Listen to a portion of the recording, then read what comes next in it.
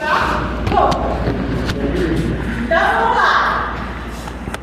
Vamos admitir uma coisa que acontece nas boas famílias. Muitas vezes o aluno confunde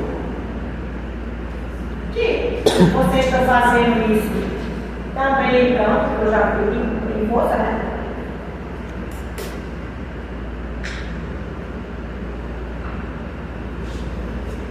Eu quero o campo nesse ponto aqui agora. Ponto 4. Esse ponto. Aí esse ponto, ele está no eixo negativo, né? Aí muitos alunos confundem força com campo. Como assim? Usa o sinal do ponto. Negativo com negativo, repulsão. Igual a errado. Porque o sinal do ponto é do ponto, é a posição. Esse sinal não entra em canto nenhum. Esse sinal não entra em canto nenhum. Mesmo que eu tivesse uma carga, por exemplo, aqui, Q3, eu quero calcular o campo que essa carga chega nesse ponto. Aí vamos lá que essa carga fosse 2 microculos. Aí eu quero calcular o módulo do valor dessa carga nesse ponto. Aí lá vai ele. Campo constante, é a mesma. Módulo da carga, módulo, a carga entra em módulo. Se a força entra em módulo, o campo também tem módulo. Módulo da carga, tá? Então, módulo 2 está em micro, 10/6. Dividido pela distância. A distância é o que a gente mede, não é o ponto. Embora você bote limite, não erra, porque tem que ser o quadrado e fica positivo. Vocês erram e acabam acertando. Depois, né? Dá sorte. Tá? Mas isso aqui não é a distância. A distância entre a carga e o ponto é simplesmente 2. Tá? Foi menos 1, né? Também botei aqui. Menos 1. Então a distância é 2. E aí eu boto 2. Vamos lá, que esteja nessa, né?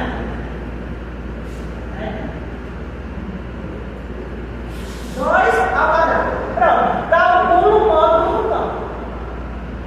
Módulo do campo. Aí, 18 dividido por 4. 4 vírgula alguma coisa, né? 4,5? Acho que é. 4,5, 10/3. Seria o módulo desse campo. Direção e sentido desse campo gerado por essa carga 3 nesse ponto. Aí, mesma coisa. Linha que une a carga ao ponto. Texto X.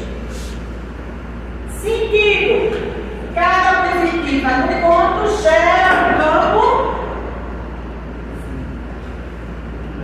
Se afasta. Aqui estaria o campo gerado pela carga 3 nesse ponto.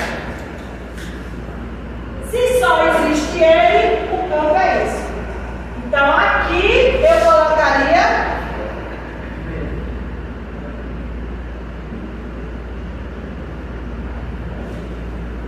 módulo, direção e sentido.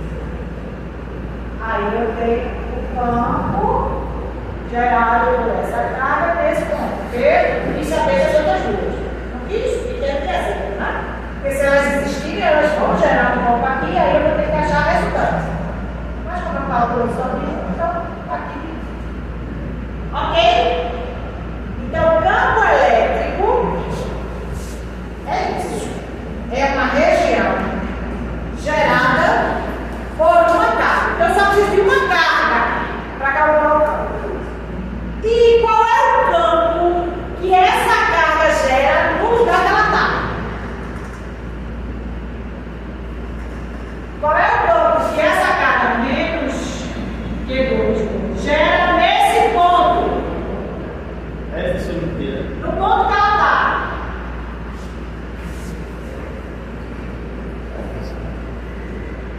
distância.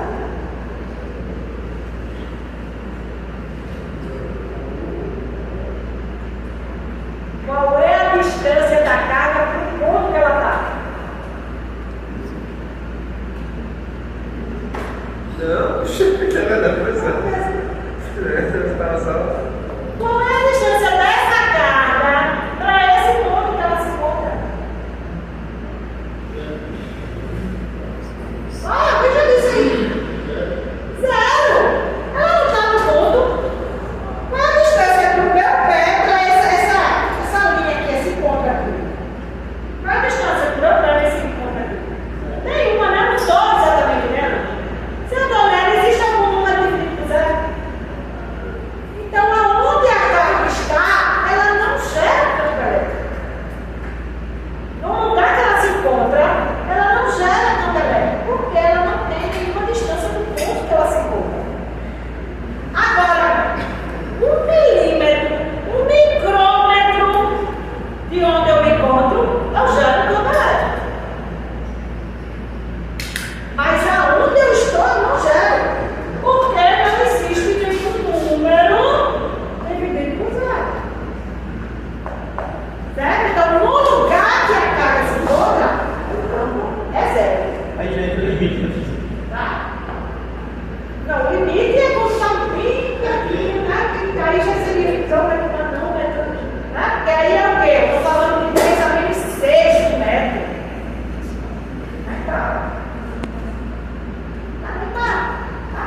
Dizem lá os livros que 1 micrômetro é a espessura que o fio acabou.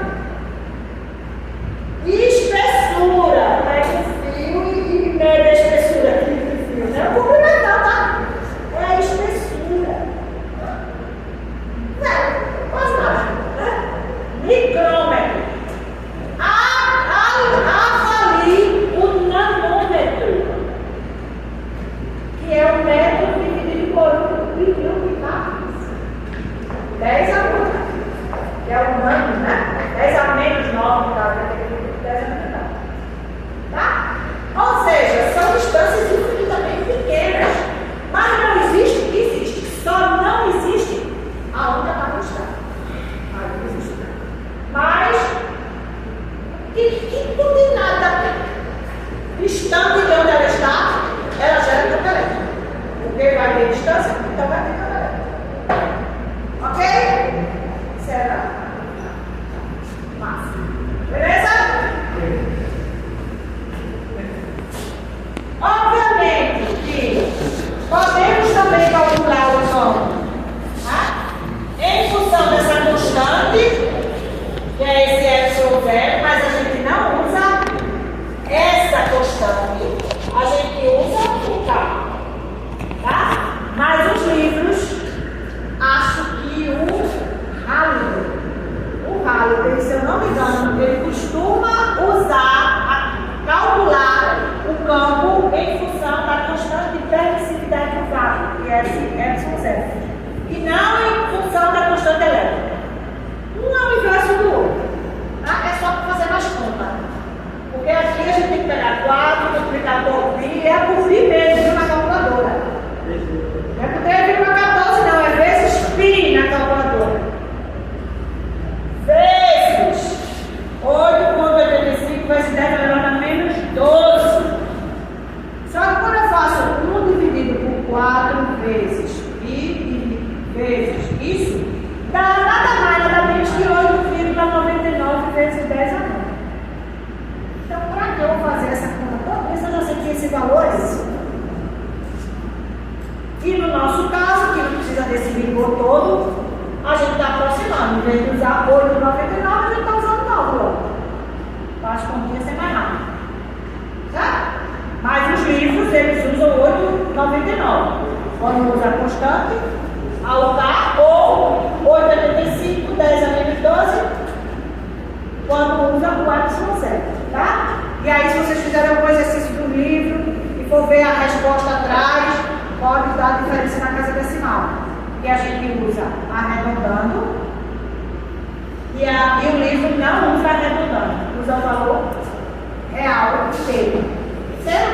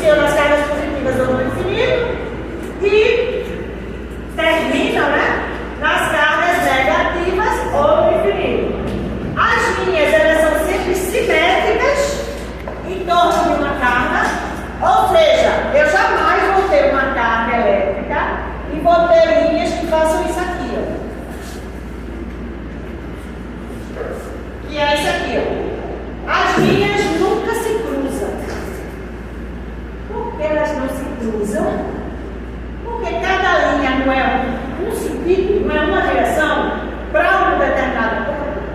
Então não tem como elas se cruzarem, porque cada linha está em função de um ponto. E esses pontos são lugares diferentes no espaço. Então não tem como essas linhas se cruzarem. Elas são simétricas, significa o quê? Que se tiver 4 linhas para a direita, tem 4 linhas para a esquerda. Se tiver 3 para cima, tem que ter 3 para baixo. Elas são simétricas. Elas se formam simetricamente. O número de linhas de um campo é proporcional à carga. O que é que quer dizer isso? Que se eu olho essa carga e olho essa carga, ela tem muito mais linhas do que essa. Tem, que eu desenhei? Então, eu posso afirmar que essa carga é maior que essa. Eu não estou dizendo valor, eu só estou dizendo a proporcionalidade. Quanto mais linhas, maior é o valor da carga. Quanto menos linhas, menor é o valor da carga. Certo? É isso que está dizendo isso aqui. A densidade de linha em torno de um ponto também é proporcional ao valor. O que é densidade? Em um determinado ponto, né, se eu analisar esse trecho quadradinho aqui, a quantidade de linhas que passa aqui são 4. Este mesmo quadradinho aqui, a quantidade de linhas vai ser 1, 2, 3, 4, 5, 6, 7, 8, 9, 10, 11 linhas.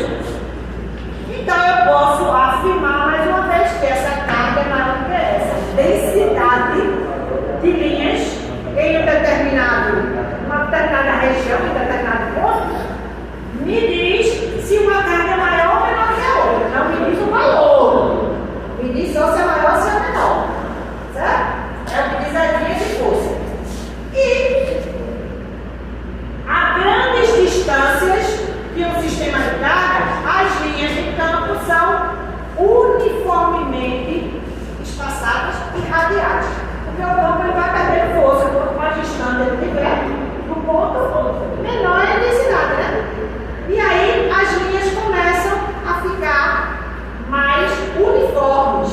Mais uniforme significa com uma intensidade praticamente igual, tendendo a infinito, né? Porque vai dar um valor muito pequeno. Quanto mais distante tiver da carga elétrica. Beleza? Para finalizar o conteúdo de campo, e aí amanhã. Amanhã eu já faço o exercício. É você não, eu já faço o exercício. Existe uma característica importante do campo, que é quando a gente tiver campo elétrico uniforme. Quando existir em um determinado dispositivo, como por exemplo nos capacitores, um campo elétrico uniforme, nós poderemos calcular velocidade de uma carga, distância que uma carga percorre, tempo que uma carga gasta para sair de um ponto para outro. Ou seja, nós podemos calcular grandezas do movimento, da mecânica, graças à existência do campo uniforme. Como é que a gente calcula isso? Vamos lá. Se o campo é uniforme, segunda lei de Newton, se alguém lembrar, a segunda lei de Newton diz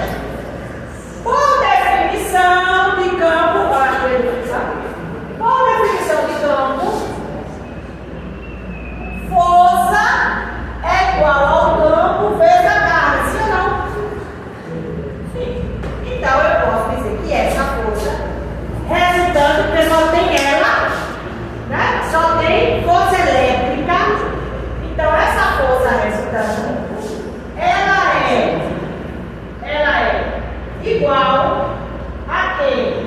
Ao campo vezes a carga. E aí, essa aceleração, ela é o campo vezes a carga dividido pela massa. Beleza? Aí vamos lá. A carga, o valor da carga de uma partícula muda quando ela se desloca? Não, né? Se é 2 microcúmulos, vai ser 2 microcúmulos, qualquer lugar que ela esteja dentro do campo. A massa dela muda? Não. Também não. O campo é uniforme. Se é uniforme, o campo também não muda. O que significa que esta aceleração, ela vai ser um valor sempre constante.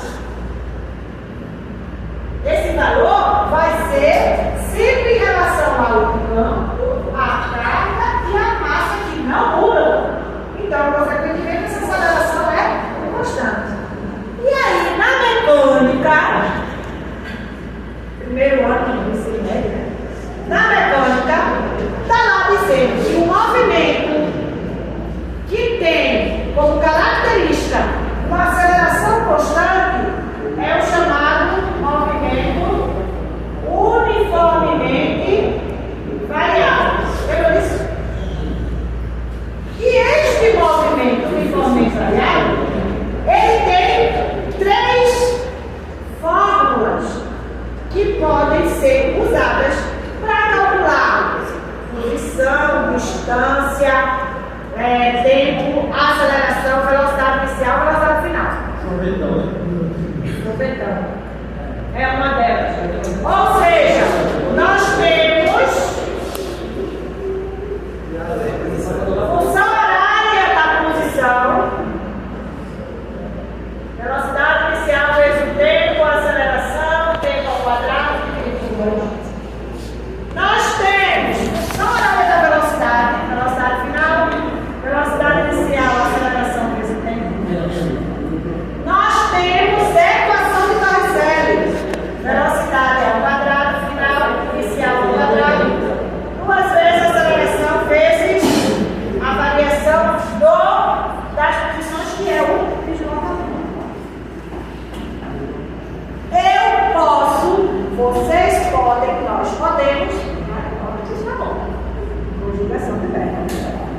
Nós podemos calcular posição de uma carga em um campo elétrico, posição que ela chega em uma carga no campo elétrico, o tempo que ela gasta.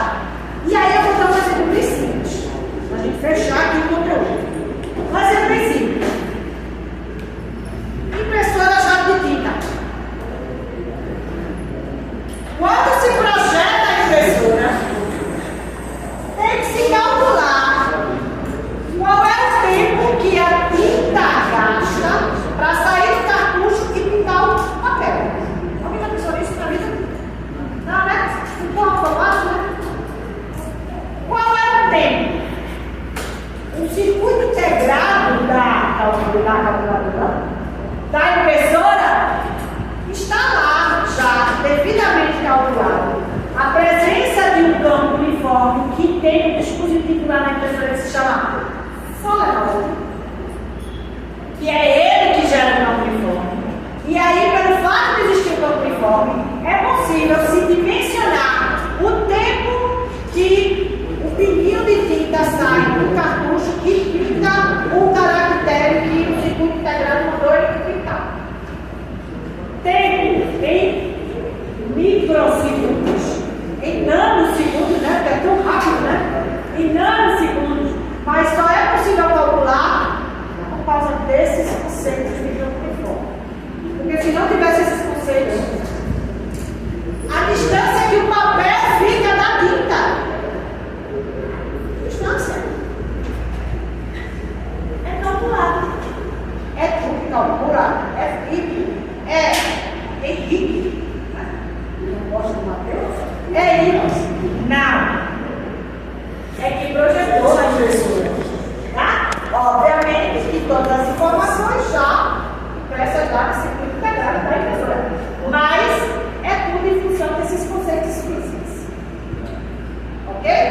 Então, por isso, vocês precisam estudar essa besteira aqui. Tá? Então, aqui foi uma linha. Uma de vocês que estão fazendo ciência da comunicação.